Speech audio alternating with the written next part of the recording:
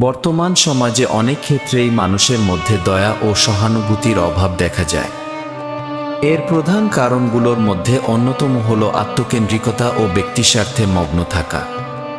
মানুষ এখন ব্যক্তিগত অর্জন, ক্ষমতা ও আর্থিক সাফল্যের পেছনে এতটাই ব্যস্ত যে অন্যের দুঃখ, কষ্ট বা প্রয়োজন নিয়ে ভাবার সময় পায় না।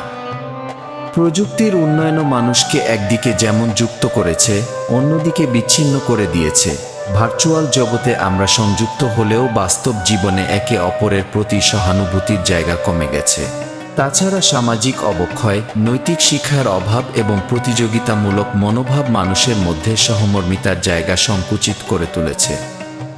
এসব কারণে মানুষ এখন অন্যের প্রতি দয়া দেখাতে অনীহা বোধ করে, যা সমাজে মানবিকতার অভাব তৈরি করছে।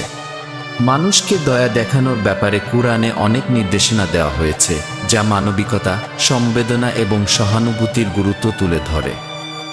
আল্লাহ তাআলা দয়া ও করুণার ওপর বিশেষ জোর দিয়েছেন, কারণ এটি একটি মুমিনের অন্যতম গুণ। আল কুরআনে আল্লাহ বলেন, এবং আল্লাহর পথে আত্মীয় স্বজন, অনাথ ও অভাবগ্রস্তদের খরচ করো।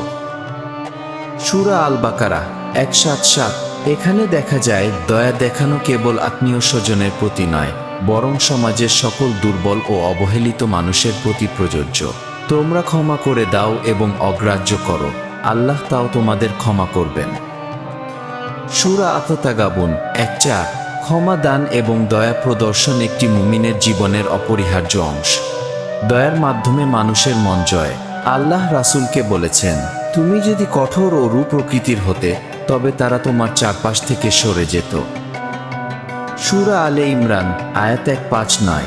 এর থেকে বোঝা যায় মানুষের প্রতি কোমলতা ও দয়া দেখানোই একজন নেতা বা ব্যক্তির প্রকৃত গুণ। মানুষকে দয়া দেখানো কুরআনের একটি মৌলিক শিক্ষা। এটি সমাজে শান্তি, ঐক্য ও ভালোবাসার পরিবেশ তৈরি করে। তাই আমাদের উচিত প্রতিটি কাজে দয়া, সহানুভূতি এবং মানবিকতা প্রদর্শন করা। এরকম আরও ইসলামিক ভিডিও পেতে আমার চ্যানেলটি সাবস্ক্রাইব করে পাশে থাকুন। ধন্যবাদ।